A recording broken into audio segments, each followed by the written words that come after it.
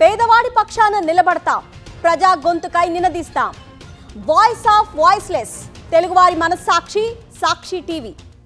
సాక్షి TV ప్రసారాల కోసం మీ స్థానిక cable ఆపరేటర్ను వెంటనే సంప్రదించండి.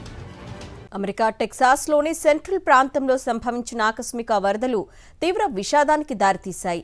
పిల్లలు వేసవి శిబిరంలో పాల్గొంటున్న సమయంలో ఆ వరదలు వారిని చుట్టుముట్టాయి. మృతుల సంఖ్య 43 మందికి చేరింది.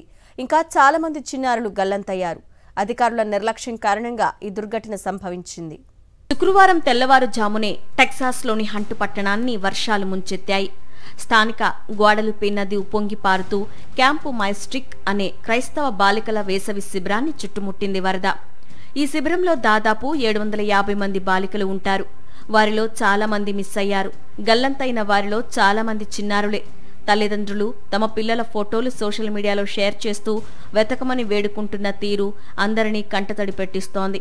వీరి కోసం Texas national guard, emergency services, homeland security రంగంలోకి దిగాయి. ఇప్పటి వరకు 237 మందిని రక్షించాయి. ఇక టెక్సాస్లో సంభవించిన భారీ వరదల్లో చిన్నారులు మరణించిన విషాద ఘటన స్థానికంగా ఉండే అధికారులు, క్యాంపు నిర్వాహకుల నిర్లక్ష్యమే కారణమని టెక్సాస్ ప్రభుత్వం నిర్ధారించింది. వాతావరణ శాఖ ముందే హెచ్చరికలు జారీ చేయడాన్ని ప్రభుత్వం గుర్తించింది. స్థానిక అధికారులు, క్యాంపు నిర్వాహకులు అప్రమత్తంగా లేకపోవటం వల్లే ఈ విషాదం మరింత తీవ్రంగా మారింది. టెక్సాస్ వరదల్లో భారీ ఆస్తి, ప్రాణ నష్టానికి అధికారుల నిర్లక్ష్యమే కారణమని స్పష్టంగా తెలుస్తుంది. వరదలకు సంబంధించి ముందస్తు హెచ్చరికలు ఏవీ లేవన్న వాస్తవం అధికారుల నిర్లక్ష్యాన్ని మరోసారి బయటపెట్టింది. 1920లో నిర్మితమైన సమ్మర్ క్యాంప్ దాదాపు శతాబ్ద కాలంగా చిన్నారుల సమ్మర్ క్యాంపునకు కేంద్రంగా ఉంది.